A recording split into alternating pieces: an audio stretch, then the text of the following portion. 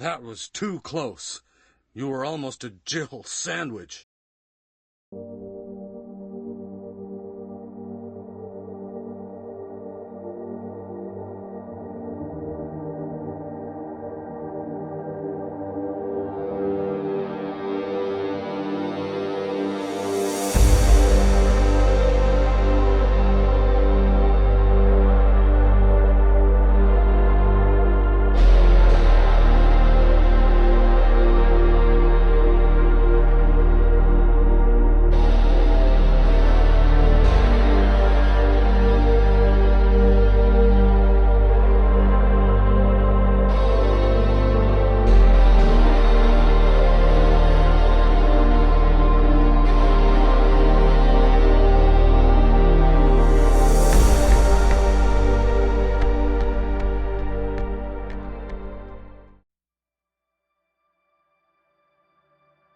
I keep thinking about The Road. One night, when I had already finished a movie, I was recommended to watch The Road next. I had heard about the book from Cormac McCarthy, and I already enjoyed the movie adaptation of No Country for Old Men, so naturally, I just had to watch it. The setting and tone was as bleak as you would expect from McCarthy, but very different from the works I'm familiar with. Instead of an older Western world, it's a look into the future of the world, one where something went very, very wrong. When I finished the movie, I just couldn't stop thinking about it. Before we get into the video, I want you to close this tab and go watch The Road. Unless you've already watched it, I will not be able to do it justice with what I'll be talking about. It's also very important to mention that I have not read the original book that the movie was based off of. I assume that there's many more complex topics and themes and scenes in the book that weren't kept in the movie adaptation. I post-editing me here, so I actually took a quick look at the book in the middle of making this video, and dude, the scenes are so well adapted from the book. I'm very excited to read the rest of The Road, because letting your imagination wander with the way that this world is supposed to be built for you, I think is very important, especially important for a book like this. I highly recommend it. If you're staying regardless of my warning, first off, what are you doing? Go watch The Road. Anyway, this is a basic idea of the film. A man and his son are trying to survive in a post-apocalyptic Earth. Nearly all animals in life have died in a cataclysmic event, and while we're never told what exactly happened, we can infer that it was due to either something like a meteor shower or a volcano, or due to man-made disasters or mutually assured destruction between all countries. This quote from the father is the only true piece of evidence we have to know what happened to the world. The clock stopped at 1:17. There was a long sheer of bright light, then a series of low concussions. Every day, the man and his son are met with difficult obstacles in their journey, and they are forced to walk the earth, helplessly watching it die. The whole environment is gray, dismal, and dreary.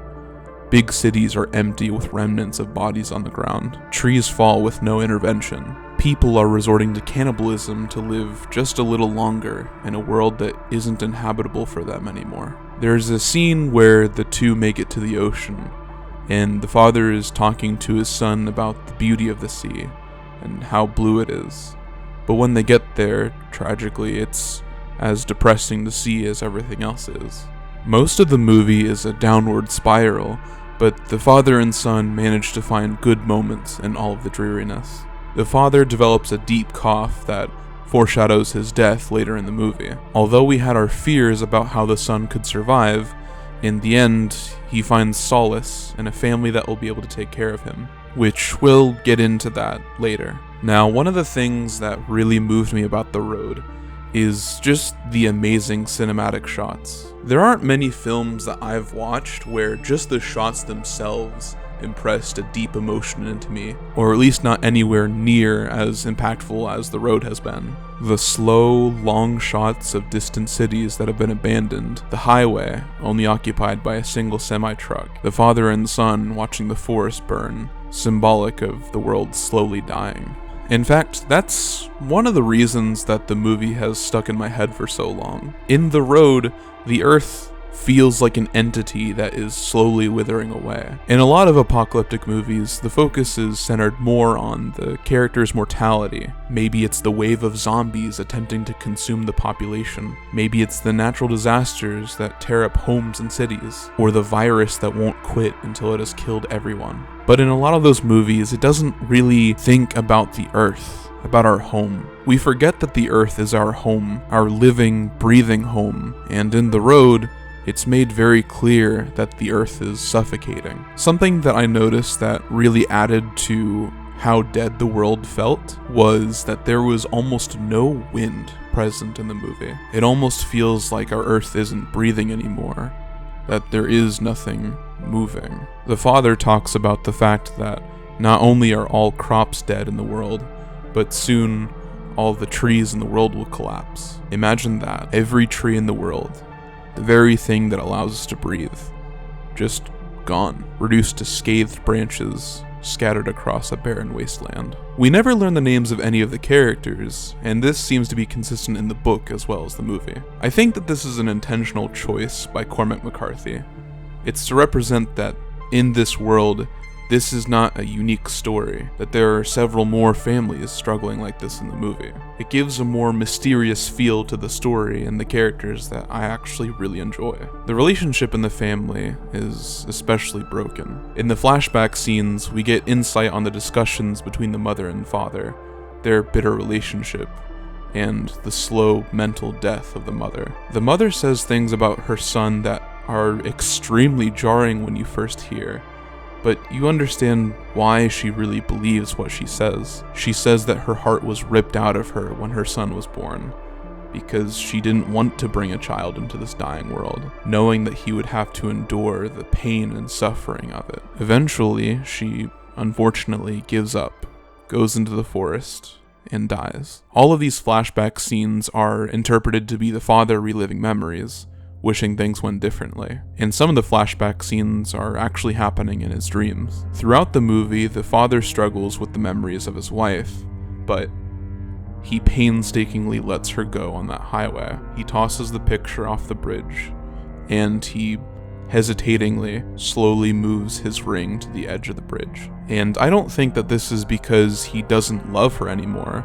Of course he loves her, but here he is separating his ideals from hers, where the mother thinks that death is the one luxury that they could all have, and though the father has moments where he's tempted to end it all for him and his son, his true mindset overcomes it with a really interesting concept: the fire within you. Now, I've heard about the idea of the fire within you, but for the longest time I've known it as the competitive fire, the one that drives you to overcome every obstacle and become the best you can be in any competition. The fire in this story, though, is one about the human desire to keep living, despite suffering and death being inevitable. It would be delusional to try to keep living in the world of The Road, but as long as you have the fire inside you, it'll allow you to keep surviving. In a way, I interpret The Road as an allegory for depression and suicide, but the fire is an illustration for pushing through those dark times and living. It shows that no matter what happens, if we strive for long enough, we will see better days. Even though the father is sometimes led to believe that the only solution of their situation is to kill them both, he still pushes through, and he continues to teach his son about the fire. The fire can also represent itself in the physical form, as well as the bond between the father and his son. The happy moments that we do see in this movie usually happen when the two are around a campfire, one that they built together as father and son. It's true that they see fire which destroys and fire which kills, built by people who believe that there is nothing left to believe in. But this fire is one that is built only between father and son. Fire is something that can build up humanity and destroy it, which is part of the reason I lean more towards the destruction of the world being man-made. Part of me believes that the people that are setting fire to the forests are the same people who let the earth get to this point. It's because people who don't know how to use the fire to build humanity only learn to burn it. The fire is what keeps them alive, literally, but it also is what keeps them alive mentally. I think it's important to note that when the father dies, he is also next to a campfire. I think that the relationship between the father and the son is really powerful, and even in a dystopian world, he would still do anything for his son. In fact, that's the reason Cormac McCarthy wrote The Road, because he realized that he would do anything for his son, and this story really shows his fatherly love. Throughout the movie, we slowly see the father's condition get worse and worse, and we are anxious about how the boy will be able to survive. Of course, the father has taught his son a lot about how to survive in this world, but the boy isn't very old, probably around 9 or 10. So I think the most tense part of the movie for me is the scene that scared me the most and had me on the edge of my seat was the final scene where the boy is talking with the man on the beach. In a way, I felt like the father in this instant. There's nothing you can do but hope to see the child come out of this situation alive. The use of the film cutting to each face is intentional, to make you feel more and more tense. You're just waiting to see what each character will say next. The man doesn't seem to have bad intentions, but even he says that the boy has to take a chance. The man could be offering him a new life, or he could be ending it there, on those wretched shores. As the man walks towards him, we can see that he has a gun, but he does not ever point it at the boy. He chooses to give the boy some safety by maintaining his distance and just talking with him. It's also important to mention that the boy himself also has a gun, and the man never tries to take it away from him. He's able to convince the boy that he and his family will be able to take care of him, and this is where it becomes very ambiguous. We don't really know if the boy is safe with his family or not. They could still kill him and eat him. The interaction where the mom talks about how they followed him and his father, and that they don't have to worry anymore, is hard to read. She sounds hesitant, and you can't really tell if she's relieved that the boy is safe with them, or relieved that her family has food to eat. However, I think my perspective is that the family is good. If the family has been following the boy and his father for so long, why didn't they kill them earlier? They followed them to the cannibalist house, where they could have easily stayed behind and used that as their food source. They followed them to the underground bunker with all of the food that the father and son had to leave behind. They could have just looted that instead.